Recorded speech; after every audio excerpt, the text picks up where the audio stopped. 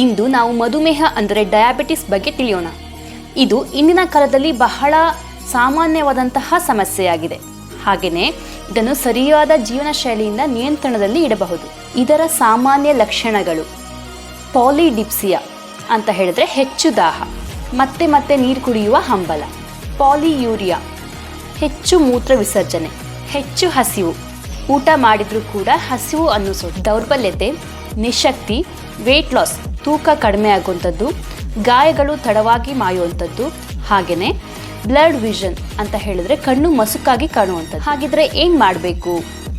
ಸಕ್ಕರೆಯನ್ನು, ಹಾಗೆಯೇ ಎಣ್ಣೆಯನ್ನು ಮತ್ತು ಬಿಳಿ ಅಕ್ಕಿ, ಬಿಳಿ ಹಿಟ್ಟು, biscuit, sweets and fried and junk ಫುಡ್ಸನ್ನು ತ್ಯಜಿಸಬೇಕು.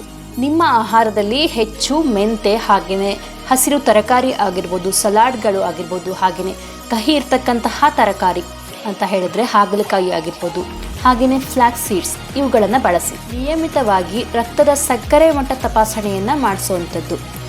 ವೈದ್ಯರು ಹೇಳಿದಂತಹ ಮಾತ್ರೆಯನ್ನಾಗಿರ್ಬೋದು, ಇನ್ಸುಲಿನ್ಗಳನ್ನು ಸರಿಯಾಗಿ ತೆಗೆದುಕೊಳ್ಳುವಂಥದ್ದು. ಕನಿಷ್ಠ 30 ನಿಮಿಷಗಳ ಕಾಲ ನಡೆಯುವುದು, ಯೋಗ, ಹಾಗೆಯೇ ಎಕ್ಸಸೈಸ್ ಮಾಡುವಂಥದ್ದು ಅಥವಾ ಧ್ಯಾನ ಮಾಡೋದು